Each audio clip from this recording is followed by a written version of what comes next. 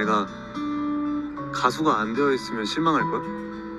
그런 게 어딨어. 난 너만 행복하면 돼. 내가 먹여 살려야지 뭐. 든든하네.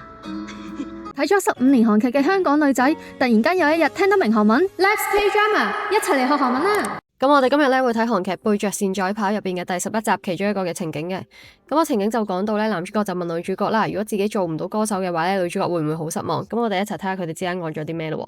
咁首先第一句，當男主角問女主角，如果自己之後咧做唔到歌手嘅話咧，女主角會唔會好失望？咁女主角就答佢啦。그런 게 어딨어？ 그런 게 어딨어？ 邊會有呢種事㗎？咁其實咧，그런 게 어딨어呢句説話咧喺韓劇或者日常生活中咧成日會講到㗎啦。佢就咁字面睇就係邊有呢一種事㗎？咁就係暗示啊，我邊會有呢種想法㗎？根本唔存在呢啲嘢嘅。呢啲問題我點樣答啊？類似嘅意思啦。咁首先啦，그런就係那種嘅就係事情，所以그런嘅就係嗰種事情啦。어디 있어？咁本身我啲所咧字面上咧就係解邊度有，咁其實實質咧暗示覺得咧問問題嗰個人咧問呢條問題，其實我冇諗過呢樣嘢嘅，咁你就可以講我啲所邊度有呢啲嘢㗎。咁咧女主角講嘅我啲所咧係一個簡稱嚟嘅，咁佢就係由頭先我啲加上 있어，咁我啲就係邊度啦，있다就係有，佢個口語縮寫咧就會變成我啲所，咁講快啲就係我啲所。咁今次咧我哋試下喺名詞後邊加上依或者卡。我啲傻去表達邊有咁樣咁㗎，邊度會有嗰啲嘢㗎？表達咧説或者係用一個疑問句嘅形式，強烈去否定咧某件事嘅存在或者某種想法嘅合理性，就唔係問即係物理性嘅邊度，而係反問咧根本冇可能有呢啲事啦。咁呢度男主角問女主角會唔會失望啊嘛，咁所以女主角其實就係暗示緊根本唔會失望啦。我男主角嘅擔憂咧係根本唔成立嘅，其實就係話啊你諗多咗嘅意思啦，冇呢一種事嘅。咁我哋睇啲例句啦，啊邊有嗰種規矩㗎？根本咧都唔合理嘅嗰啲規矩。這種嘅韓文係그런，規矩嘅韓文係법加上主格助詞이，邊有嘅韓文係어딨어，所以그런 법이 어딨어就係邊有咧呢一種法例，邊有呢一種規律㗎。我哋話說唔通咧嘅韓文係말도 안 된다，咁今次用一個讚啊嘅收尾去表達一個負面嘅情感，말도 안 된다。咁我哋繼續睇下女主角仲講咗啲咩咯。佢就同男主角講啦，난 너만 행복하면 돼。 난 너만 행복하면 돼。 我只要咧你幸福就得啦，你唔需要咧即係為咗我去做咩歌手嘅，總之你快樂咧我就咩都得啦。咁首先난嘅意思咧就係嗱我啦，加上主題助詞는嘅縮寫變成난，너就係你啦。너만個만字代表只係啦，咁所以너만就係只要你。행복하면本身행복하다就係幸福啦，咁今次加上如果，所以我哋用면 행복하면如果你幸福嘅話咧，咁本身된다就係可以啦，咁今次用平語收尾，咁所以係돼。咁今次咧，我哋試下喺名詞後邊加上만，再加上動詞，再加上면 돼，去表達只要點點點咧就好啦。去設定一個最細嘅條件咧，表達一個滿足。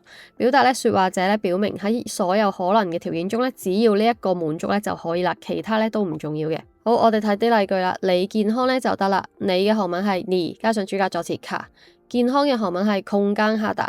咁我哋喺건강하다嘅後邊咧加上면 돼，咁所以係건강하면 돼。네가 건강하면 돼，你健康咧就得啦。睇多句咯，只要努力咧就得啦，就好啦。努力嘅韓文係노력。咁咧呢個努力咧係個名詞嚟嘅，咁所以咧我哋喺努力呢個名詞嘅後邊咧加上만，只要努力。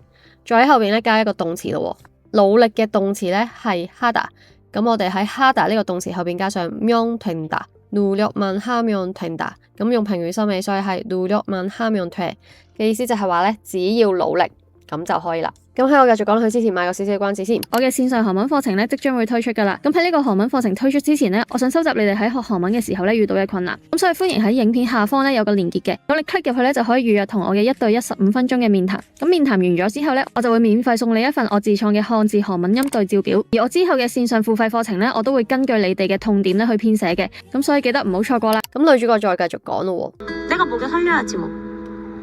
내가 먹여 살려야지 뭐，表示如果男主角第時咧乜職業都冇做咧，咁女主角就好霸氣咁樣講，咁我嚟養你咯，好理所當然嘅啫，咁仲可以點啫？我嚟養你咯，咁呢個係一個好輕鬆嘅表達方式嚟嘅。好，首先내가嗱就係我啦，加上主格助詞가，咁個寫法講法咧會變成내가 먹이다嘅意思咧就係餵食，咁살리다嘅意思咧就係讓人活啦。咁所以啦，兩個字夾埋咧，먹여 살리다嘅意思咧就係養活某個人。咁먹이다同埋살리다兩個字咧係一個固定嘅配搭嚟嘅。咁即係咧，佢兩個動詞去複合使用咧，就會形成一個養活你、養你嘅一個新嘅動詞啦。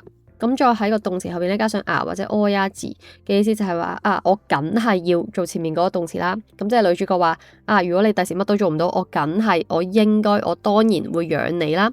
好啦，咁最後女主角講咗一個字嘅磨。咁呢個磨嘅意思咧就係媽嘅意思，係一個口語嘅收尾助詞，去表達一個輕鬆隨意嘅語氣嚟嘅。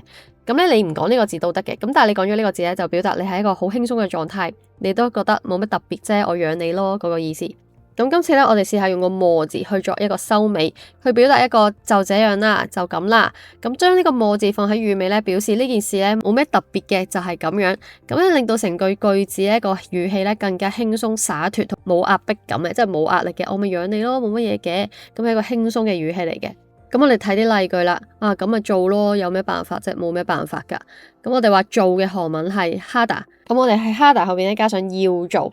咁我哋加上呀字、해야字，咁咧我哋去表達有咩辦法啫？咁你講呢句時候咧有少少唔開心，我咪做咯，冇辦法噶，做咯，해야字冇。好啦，睇多句啦，咁咪道歉咯，道歉嘅韓文係사과하다，咁一樣啦。我哋話就道歉咯，當然要道歉咯，我哋要加上或者呀字。咁如果係하다做收尾咧，哈字會直接變做해，咁所以係사과해야字。再喺後邊咧加上個磨字，道歉咯，冇乜嘢嘅道歉咯，所以就係사과해야字磨。你講嘅時候咧，呢個磨字咧可以咧連住前面嗰個講嘅사과해야字磨，冇乜特別咯，即係佢覺得呢個道歉道唔到都得，咁咪道咯，你要我道咪道咯，嗰個意思，冇咩壓力嘅。咁今日咧，我哋學咗咧點樣去表達邊有嗰種事㗎，去做一個反問嘅否定句，就係用그런 게 어딨어。